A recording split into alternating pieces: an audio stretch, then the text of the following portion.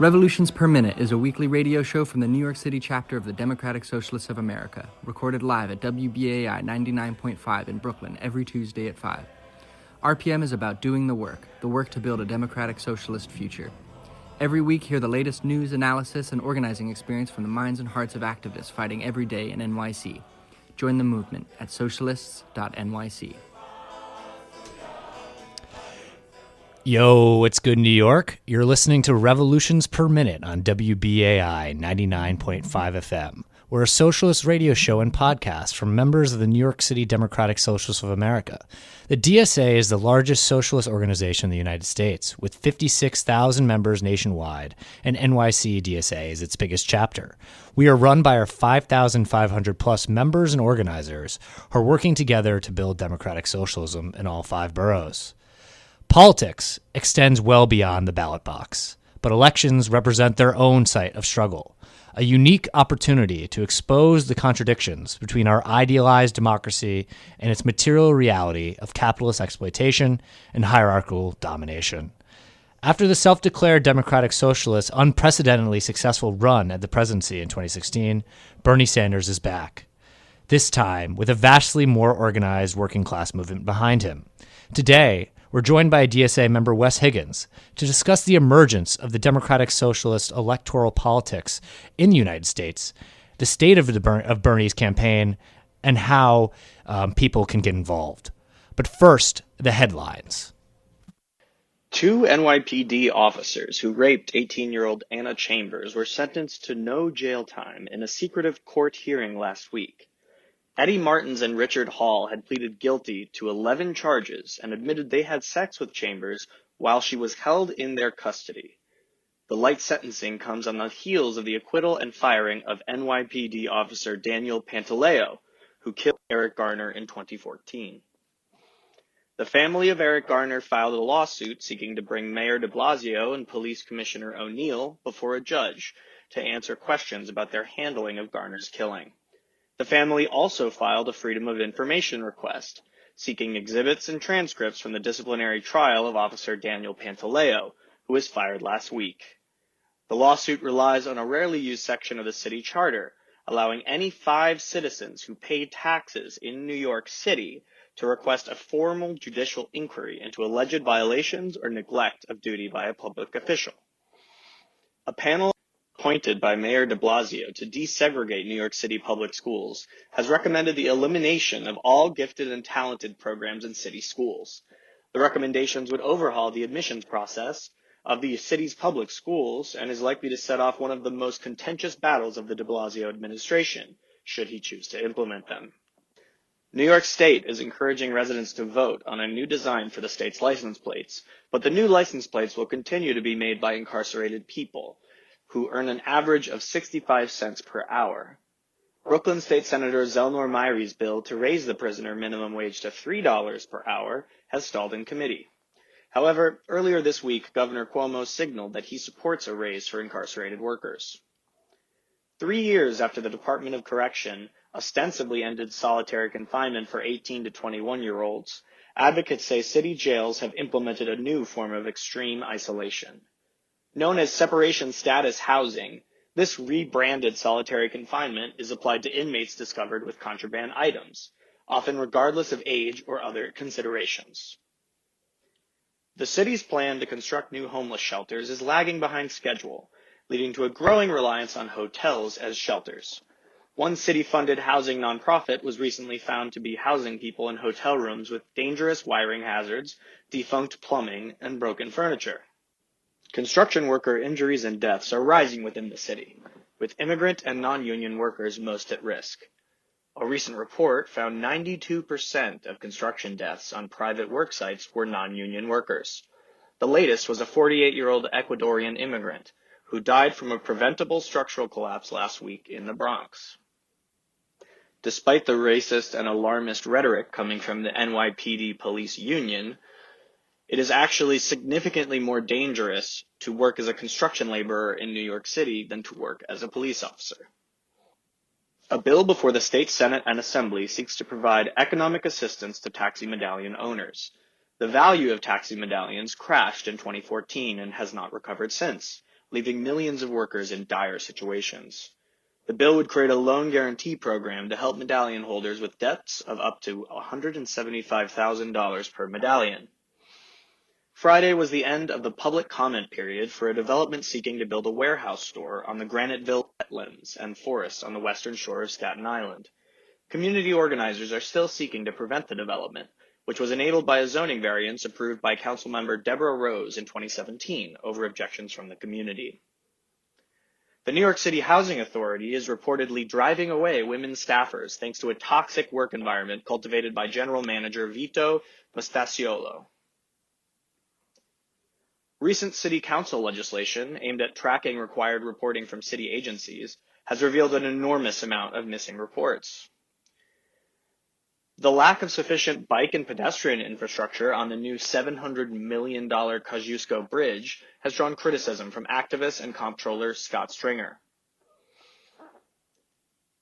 Housing activists Marcella Mitaines and Farah Sofran Forrest are challenging Assembly members Felix Ortiz, District 51, Sunset Park, and Walter Mosley, District 57, Clinton Hill, in next year's Democratic primary. Robert Antonacci, District 50, Suburban Syracuse, one of the few Republicans to win a marginal state Senate seat in the 2018 general election, has declined to run for a second Senate term next year. His departure after only 2 years has set off fears within the state Republican Party of a mass exodus now that the party is in a powerless minority. Our daily headlines are brought to you by The Thorn, an incredible weekly newsletter by NYC DSA Electoral Working Group covering local politics and radical activism. Subscribe at thethorn.nyc. So, as we mentioned before, today's show is about the Bernie Sanders 2020 campaign. And we're joined by someone who is involved in that process. Wes, thank you so much for joining us. Thanks for having me. So, before we dive in specifically to, the Bernie campaign, both in 2016, a brief historical overview, and what's happening right now on the ground, just tell us a little bit about yourself. What forces pushed you into the movement for socialism? Why did you join DSA specifically? And beyond that, why is it so critical for socialists to participate in the electoral process? Okay. So I guess a little backstory would be helpful. So I guess you could say that I was sort of disillusioned for much of my life politically and also just socially of how I fit into this society, I suppose. In high school, I was more or less almost on the verge of being a dropout. And then I went to community college, almost screwed that up. And then I sort of got into journalism a little bit and became a little bit more focused on politics to see how things worked. I became interested and started looking around and was like, I wonder how all these buildings got here. I wonder why the communities we have are the way they are. And so I became very interested in sort of critiquing, taking apart, and examining the social forces that compose everything that's around us. And after, trying to become a journalist to ask those questions by just asking a lot of people, print industry being the way it was, I got laid off. And so what do you do then? You go to grad school. And I had covered local and state politics. I'm like, well, I kind of know a little bit about how it works. I've been to all these meetings. I'll get a degree in political science and master's, and NYU accepted me. And then once I actually saw what was under the hood of how I guess you could call them political elites, certainly people who work intern in Congress and write these policy papers, you could say the Heritage Foundation, or even more leftist ones, how they actually think our society works is basically there's no concept of solidarity. They accept a priori that we're atomized individuals who basically have these very selfish preferences. And all politics is basically aggregating those preferences and then finding some median somewhere. And on top of that, our economics works is that we're all pursuing our selfish desires. And we need to figure out ways to best facilitate those, not necessarily to mitigate it, but to just find that golden equilibrium. And then I looked at this and I'm like, this is freaking terrifying. If this is how our society is supposed to run, it sounds extremely lonely and violent. A violent abstraction to take these people with wonderful internal lives and external experiences, social experiences, and just violently abstract it from them. And if you don't do that, if you don't play that sort of transactional game with our fellow human beings, then we're going to figure out how to whip you, or as Obama would call it, nudge you to a perfect euphemism coming from Obama. As usual, to act in this very atomistic, individualist way. And so I first started critiquing this, what they call neoclassical economics and the political science thing, by talking about behavioral economics. No, we're actually not rational, calculating beings. We're actually highly irrational. And then I realized, well, I'm still sort of looking at it from the individual level. So I'm still kind of going, we're not actually that smart, but I'm not providing any alternatives to it. And so the alternative I found was having a society based on collective solidarity with each other. I guess you could call it finding a general will together and really changing the underlying relations to more social and equitable and just. And there's a lot more you can go in there. But I think of what you're describing as this really fascinating dialectical process that occurs within a specific individual. You had this kind of alienating experience that in high school and community college, where you didn't feel like it was what you were being trained for was geared to your interest, that you didn't actually have too much personal choice. And then when you dove into something, you found a passion, you were then undermined by the broader market forces, that there's something happening in journalism. And then that spurred you to, still kind of go in with the system, take the next step that you're supposed to, you're instructed to from the top. Right. Oh, I should go into graduate school, receive more training. That's the one way that I'll be able to save myself individually, but which gave you this insight to the belly of the beast, to how bourgeois ideology replicates itself and how it naturalizes its hierarchy that it's sitting atop of. Right. I mean, naturalizing is a perfect example. So in basically the modern day political scientists or economists would look at society and conclude that human beings are inherently selfish. It's sort of like if you were watching people play a game and they're all playing Monopoly, and you conclude that all humans hate each other and don't want to play these games together, but they're forced to just get the end of it. When instead of asking, it's well, what if they played Candyland instead? Would that maybe be a better system that could bring out better qualities?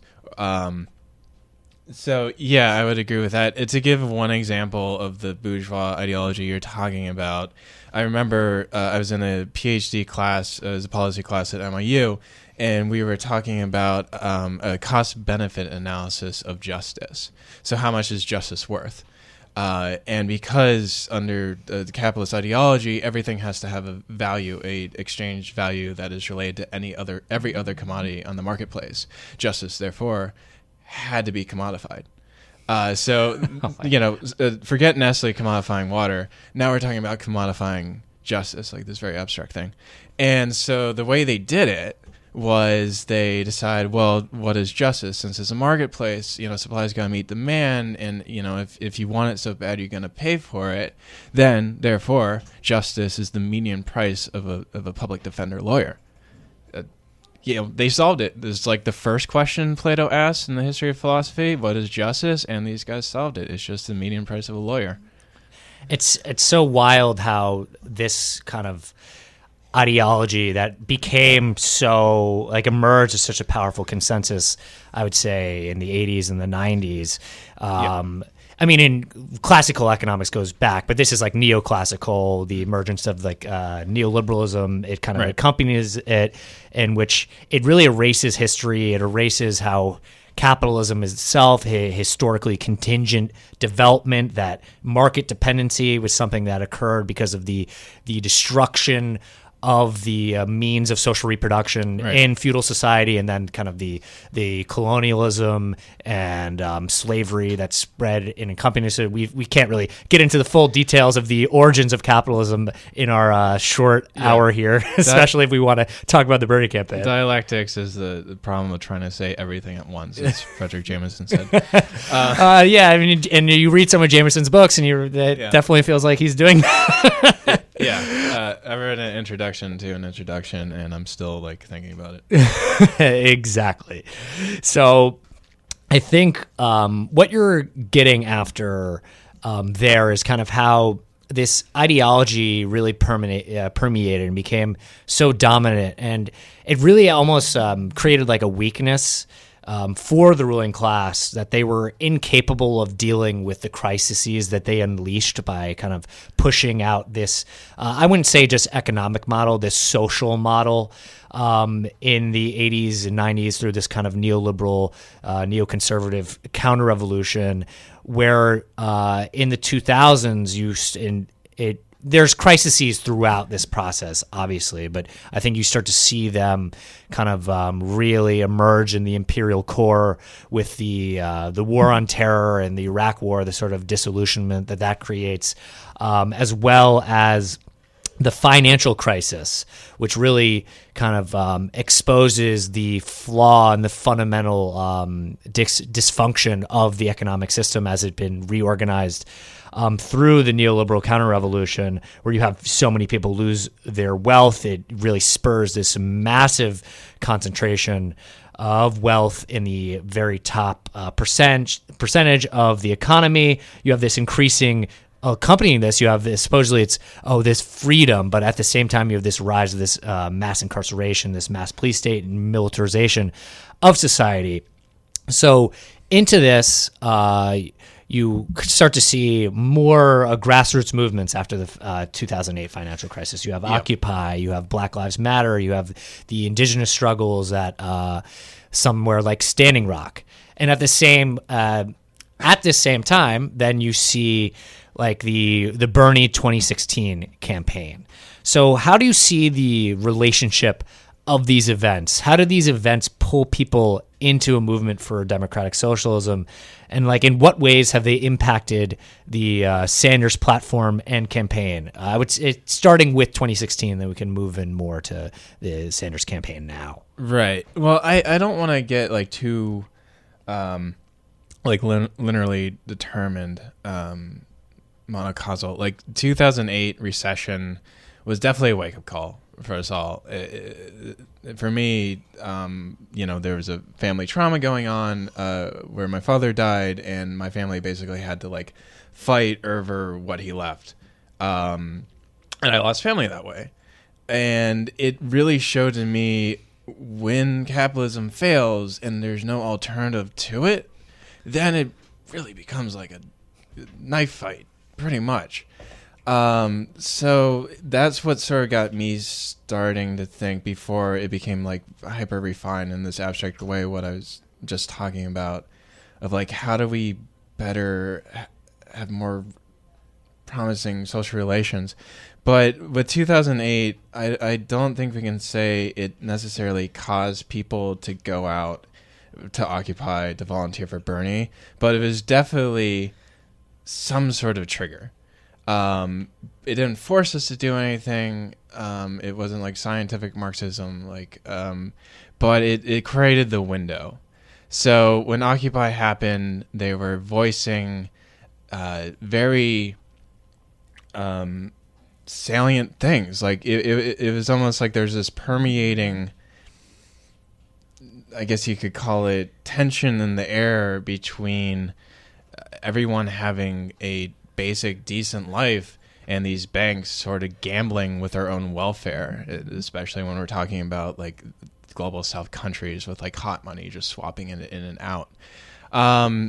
So how did it all come together? I don't know. What I do want to make clear is that it wasn't Bernie who was like the catalyst for this, because Bernie's been saying this stuff for decades and decades and decades and decades.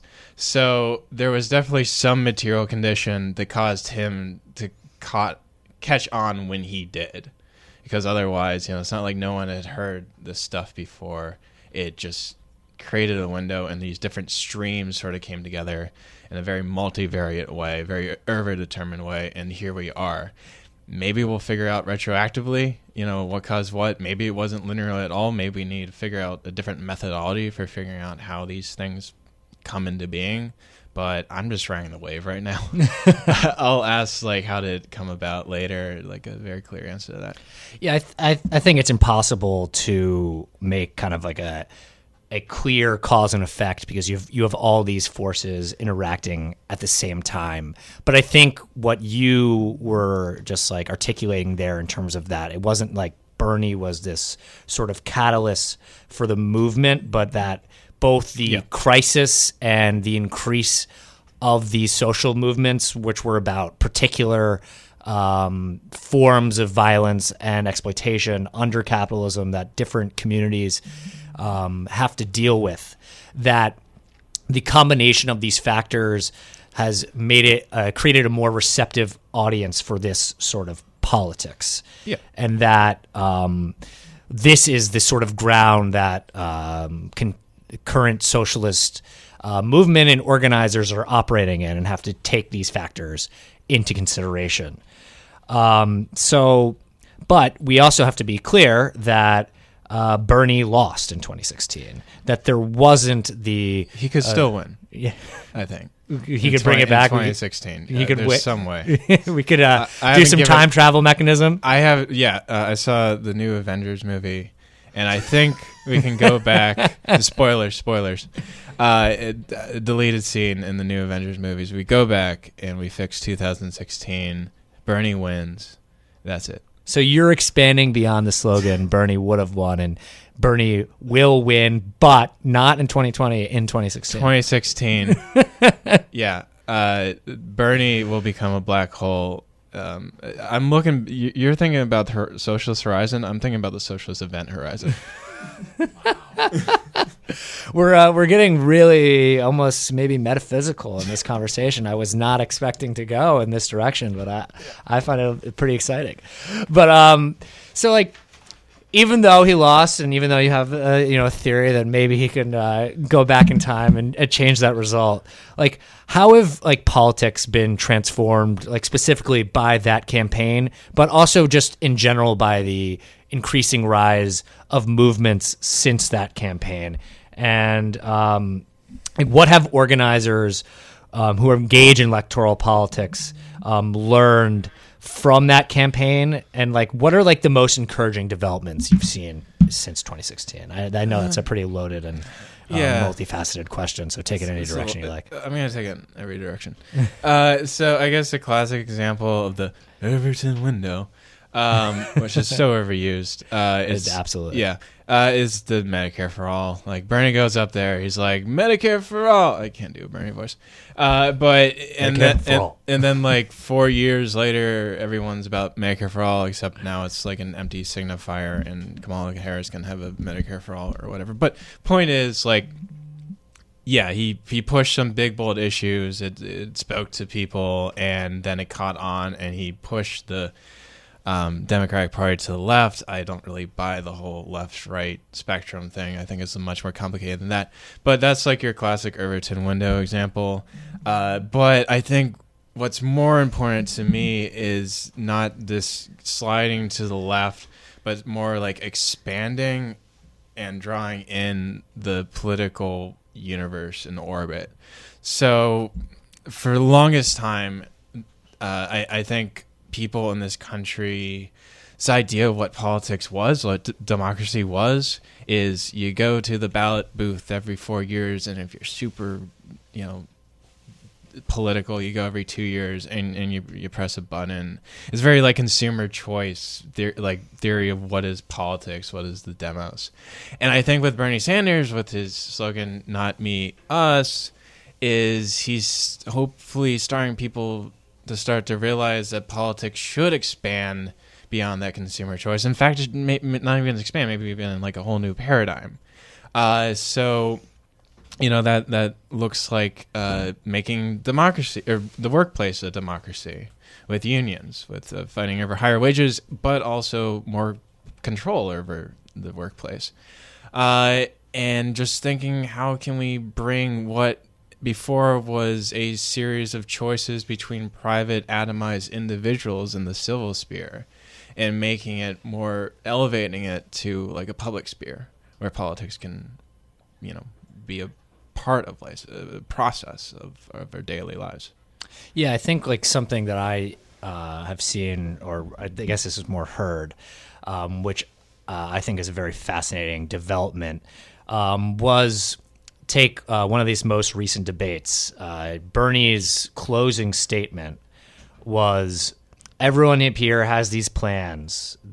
Some of them are great, and you've heard these great plans all throughout your life, but why haven't they been implemented?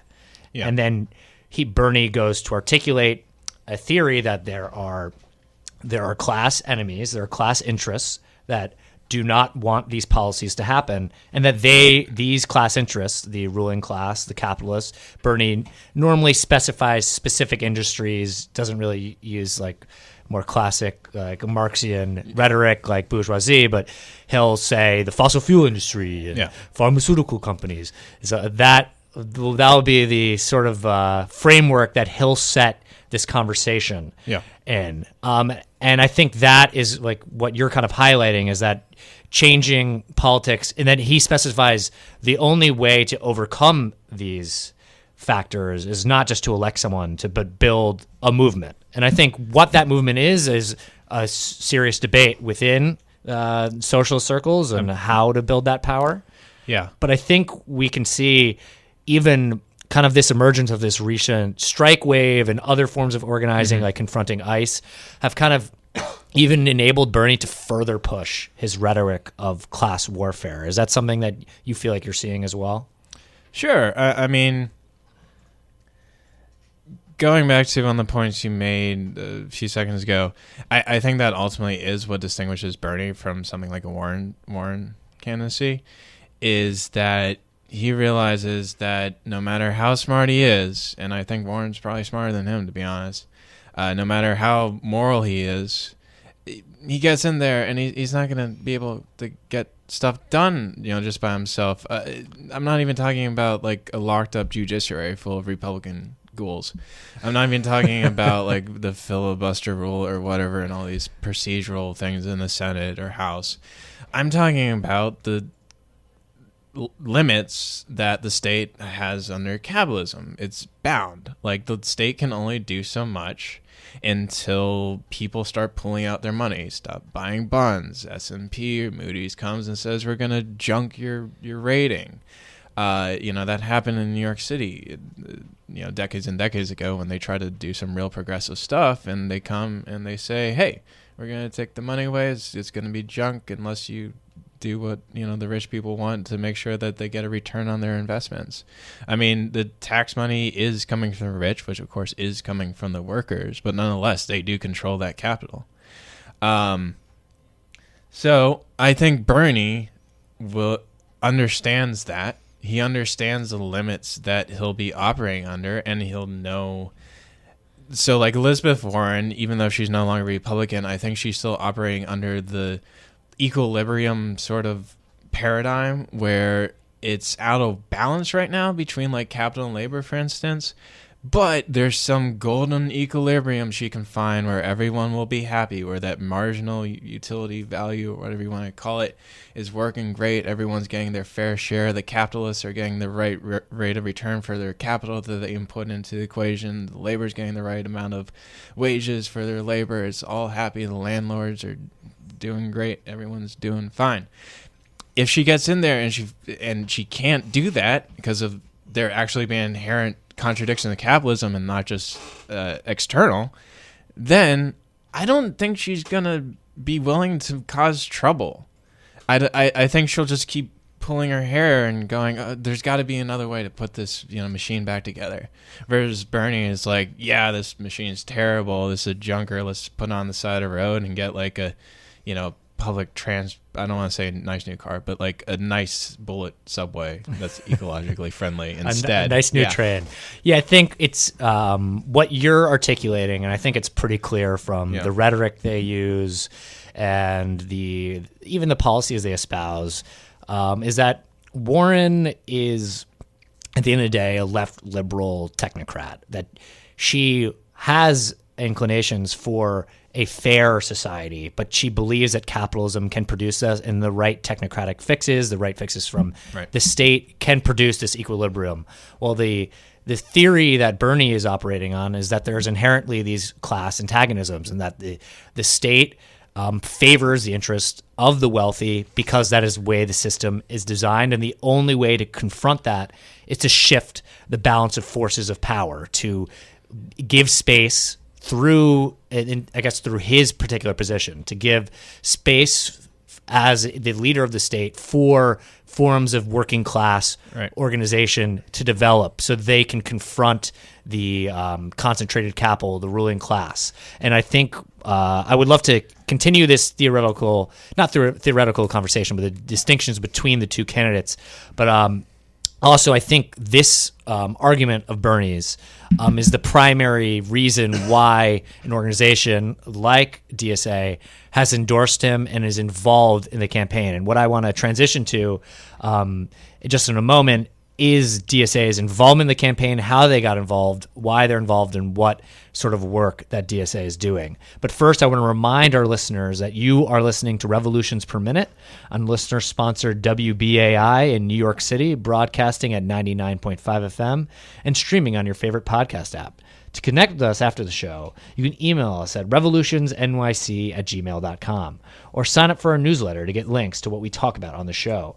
You can do that at our website, revolutionsperminute.simplecast.com, and you can also find us on Twitter at NYCRPM. Today, we're talking about Bernie Sanders' 2020 electoral campaign for the presidency and the Democratic Socialists of America's involvement in that campaign.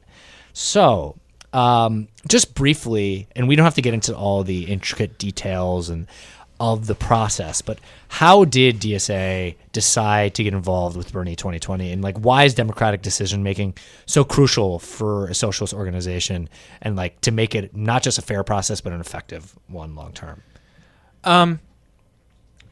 So to give a overview, it happened on multiple levels. So there's New York City DSA, and then there's national DSA. New York City DSA, the citywide, they passed a detailed proposal last January on what our field campaign would look like for Bernie. And Bernie, before I go any further, because our lawyer might, choke me or kill me afterwards, we're operating as a independent expenditure campaign, which means we're not coordinating with the Bernie campaign. Therefore, we don't have a formal role in the campaign. Yes, I am reading this. Instead, we're creating a full-scale field operation of our own, which is using multiple tactics: voter reg, street canvassing, door canvassing, campus tabling, etc. This has allowed us to get in the field really early this summer versus a couple of months before the New York primary. It allows us to train, develop, and broaden our volunteer base long before most campaigning starts in New York. It also allows us to design and test our specifically socialist messaging and materials. So that was my prepared statement. You did a great job. Thank you. Someone else wrote it for me.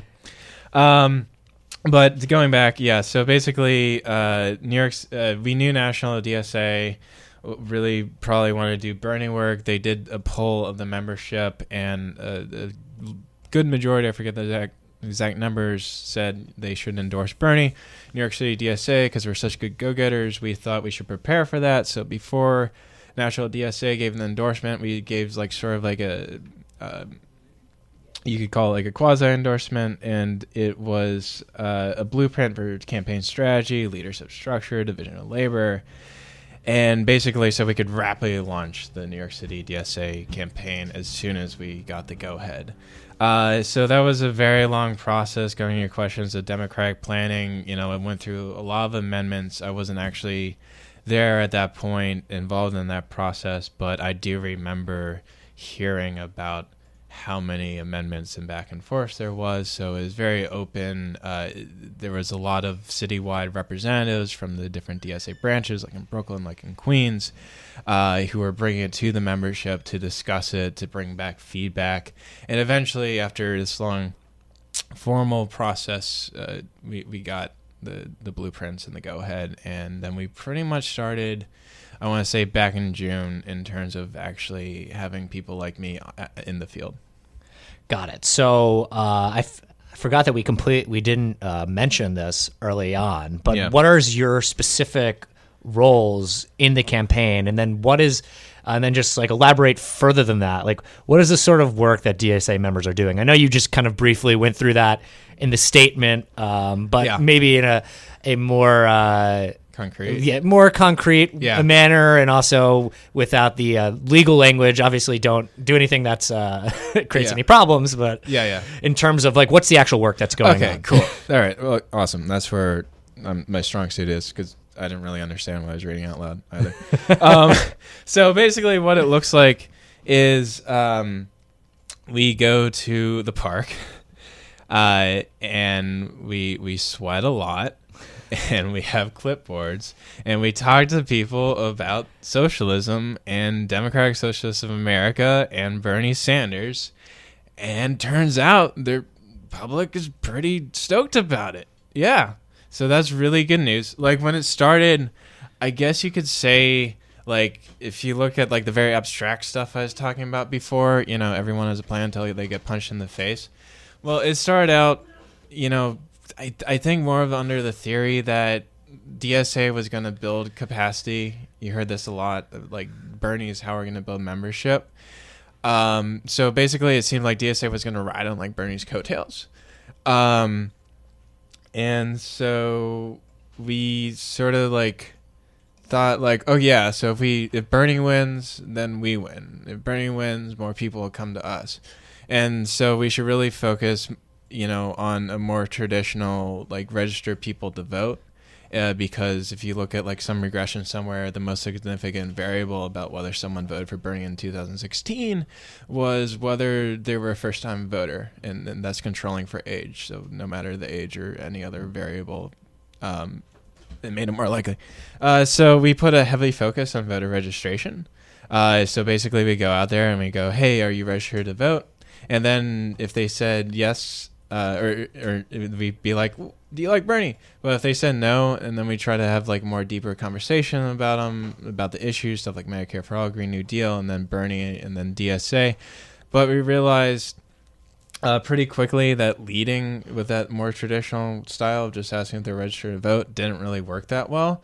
So we sort of put it on its head, and we're like, okay, we need to be more confident in ourselves that the stuff that we care about, people might care about too. So we, as of more recently, like a month and a half ago, 2 months ago, we pretty much are out there in the parks going, hey, would you like to help us support getting Medicare for All? And a lot of people stop for that. Or would you like to help us support getting Green New Deal? And a lot of people stop. And we really put, instead of like our success, DSA success coming in like through the back door of like Bernie winning, we're just going straight through the front door with DSA and issues. So yeah, we talk about Green New Deal or Medicare for All for a little bit.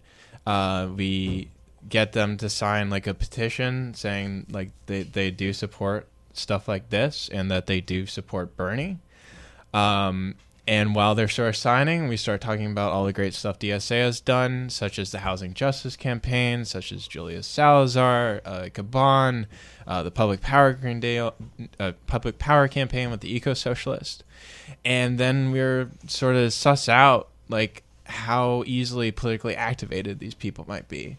And if someone is like, I've already heard of DSA, I've been wanting to get involved in politics so long, but I don't know what to do except, vote. Then, we're like, okay, it's worth meeting this person one-on-one. And we'll sit down with them and we'll go, hey, I know it's really confusing. Like 2 years ago, we sort of all came together in a room after Trump won. Is like, what the hell do do now. Checking the word list. Yeah. And so I get it, man. And then we'll try to help them out, figure out what's interests them. If they're, not as active, but it seems like there's a chance, then we'll phone bank them. North Brooklyn is holding a town hall in October, late October, no set date yet. And we're sort of canvassing around that in the Bushwick area. And at the town hall, I mean, I can't tell you everything that's going to be in it because it really isn't just about what I want. We get a lot of help from like political education, for instance, from different working groups about the different issues. The first one will be more general, just sort of like a general overview of socialist politics. And then if we do ones after that, it'll be more focused, like one on Medicare for All, one for Green New Deal, one for housing, of course, like paying attention to interrelations to all of these issues. So the basic idea, I guess, is just extending DSA's orbit. So it's not just like self-selected activists in a room, and trying to draw the people in one step from wherever they are right now into our organization.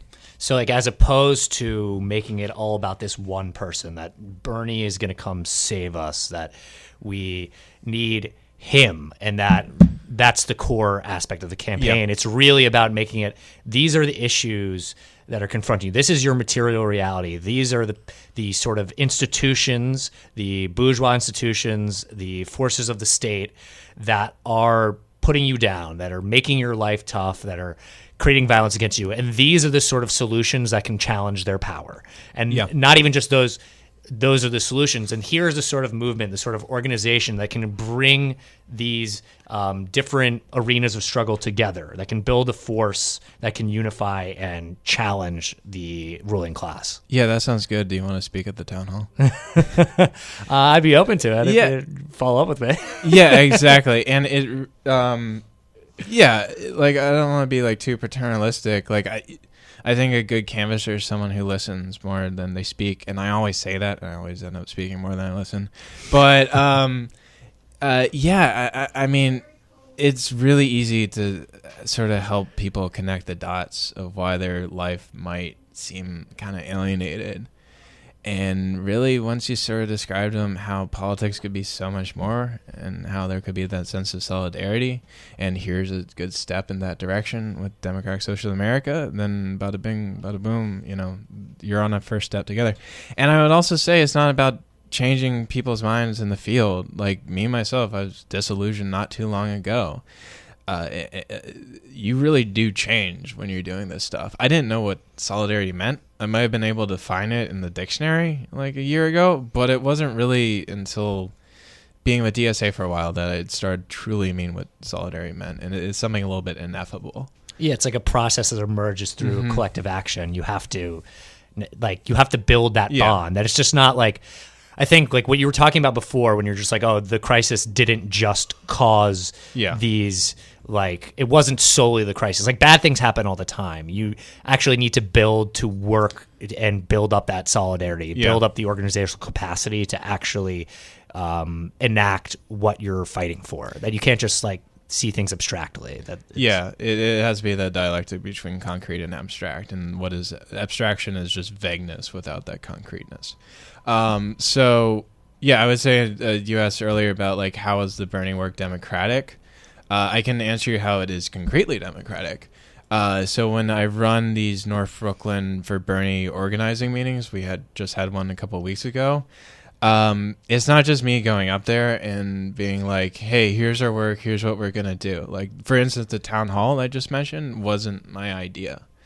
I know Bernie did barn burners or whatever in 2016, which were pretty successful, although he didn't do it. It's, grassroots activists who just did it themselves, it seemed like.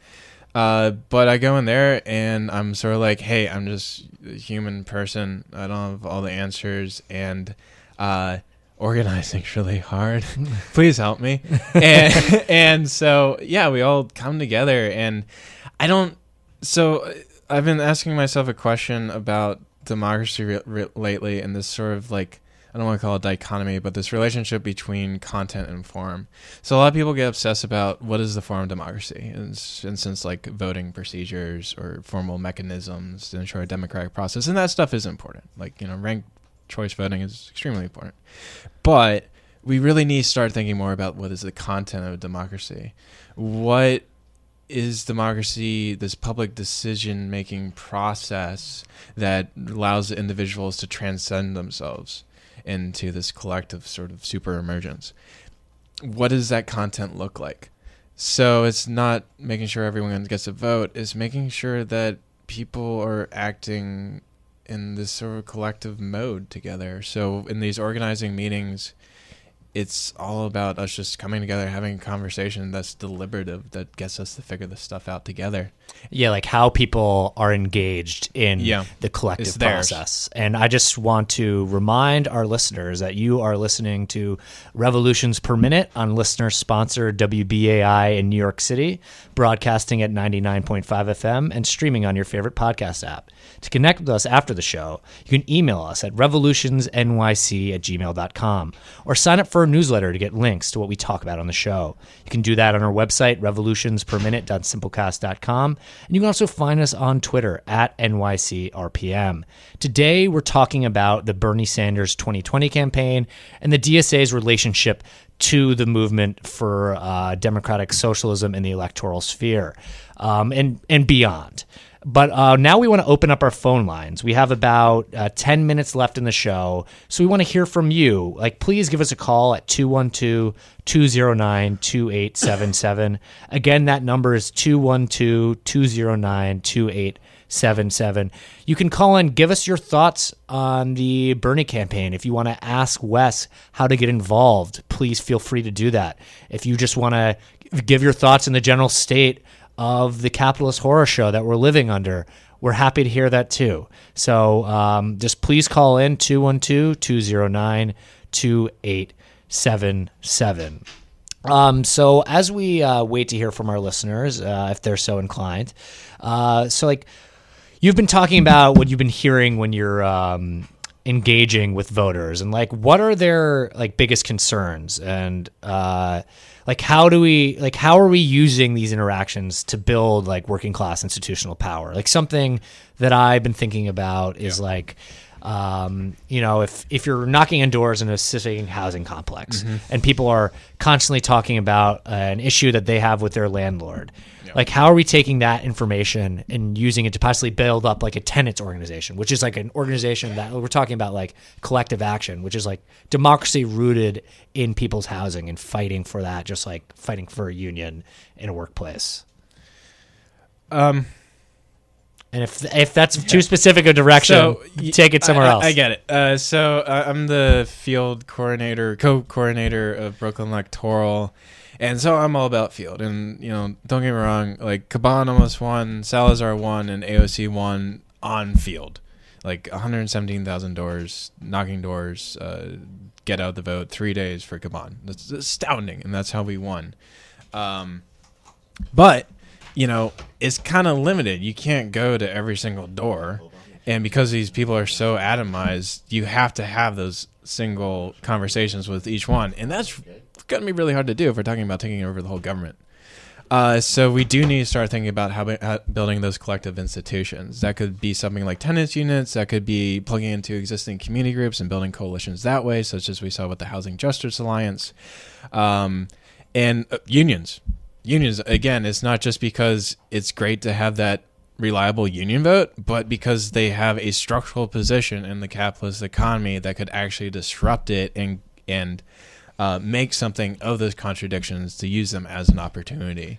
Oh, absolutely. And that sort of power dynamic is essential to explore if you have this sort of theoretical understanding of how politics actually operates. So we've got a caller. You are live on Revolutions Per Minute. What's your name? What's your question or comment? Hi, my name's Max. I've been around, I've been around USA for about a year and a half, and very disappointed, I have to say. I'm 58-year-old working man, and I'm a socialist from a socialist background, but loosely affiliated various Trotsky groups and unions for the last 40 years. But I'd like to say in that context that I'm very disappointed, actually, in supporting Democratic candidates that DSA is doing. There's a great potential for revolutionary expansion, and it's being wasted with this naive almost support for the such Democratic candidates who are not going to save us. And I hope you all remember my name, after the next election, and come to me and still be my comrade when we are inevitably either disappointed or betrayed by Bernie Sanders, or we get another fascist or right-wing Republican or right-wing standard Democrat. And with that being said, I'd also like to register my criticism of some of the organizers who have been extremely dysfunctional toward me in the Queens branch. Thank you. Bye. Well, thank you for your comment, Max, but do you want to address this at all? So there is a newly released, not released, wrong word, mediator process. So if Max does have complaints about the Queens branch, I would suggest he reaches out to mediator. In terms of his first more substantial point, I don't exactly disagree. I'm not putting all my hopes on Bernie. It's not about him. I just see elections as a form of class struggle, but only a form. And so he's right. Yeah, elections aren't going to save us all. But, sorry, the truth is that most Americans, unfortunately, only relate to politics via elections, especially presidential elections. So we got to start there and figure out how to use that to expand from there. I guess that's it. Yeah, I understand the skepticism towards electoral politics, and I think anyone participating in that who has a socialist analysis has to understand the sort of contradictions that you're dealing with. But we have to also recognize, or people engaging in, at least in trying to build the socialist movement, that there is a lot of people gravitating towards this. So how do we respond to that? And that is an important question. And how does power get built in relation to that is a key question. And I don't think people have all the answers, but I think it's important to engage with it. And we have another caller. You are live on Revolutions Per Minute. What's your name and what's your question? Yes, my name is Dave, and I want to make a comment regarding the amount of people on rent stabilized or rent controls, a little over 1 million in New York City. Yet, when I used to volunteer for Met Council on Housing and take phone calls, I was surprised to learn that, the membership is so low. It's about 2,800 or 2,800 like 10 years ago. How is that possible? The realization is that people are competing against each other. No one really wants to wants to get together. This is a very adversarial, confrontational, highly competitive society where there are very few good jobs. There are very few. It's very difficult to get into a great school, whether it's either kindergarten or college or you name it. So, the enemy is us. The unions, many of them are building these luxury towers in Manhattan. The unions are doormans, are concierge. People are paying, $3 for a simple cup of coffee because people are willing to pay for it. People, People are willing to buy condoms that cost $1 million and something dollars. So the people are the problem. People, you think about it. There are 1 million rent-stabilized and rent-controlled apartments, yet, ask how many members there are in the Met Council or any other housing. Nobody's interested. Everyone's looking out for themselves.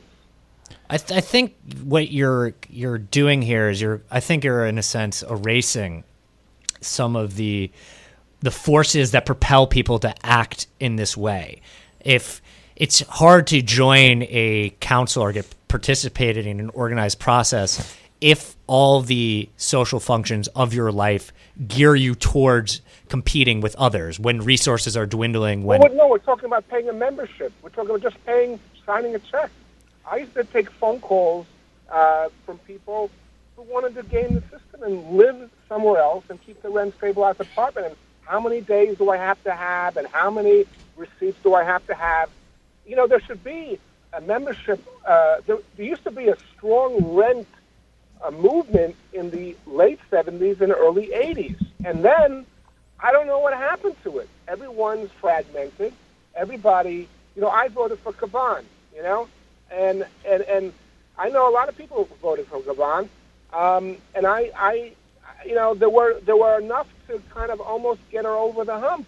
But my question to you is, where are those million people? Where are the 500? Where are these people? If there's 1 million people, 1,200,000 rent control, rent stabilized, how come there's so few people involved in the movement? I don't get it. I think it's a real challenge. I think it's not easy to build working class organization. There are forces allied against developing that. And I would love to articulate and explore this conversation a little bit more, and it's something that we try to do on this show, but we are coming to a close. Just before we wrap up, is there any events that you would like to highlight to our listeners in the coming days if they want to get involved in the Bernie campaign? Yes, there is. So the way the Bernie work is structured is split up between regions: Queens, Lower Manhattan, Upper Manhattan, Bronx, and then North Brooklyn, Central Brooklyn, South Brooklyn. But luckily, we do have a map for you where you can see all the stuff going on with Bernie DSA, which again is an independent expenditure campaign. You go to bernie.dsausa.org. That once again, bernie.dsausa.org, and then you go to the button that says "Find an Event," and then a map of all of America will pop up, except for Hawaii, I guess it looks like, and Alaska. But you'll see New York, and you'll zoom into New York City, and then all across Brooklyn and Queens and Manhattan, you will see events. Click on them.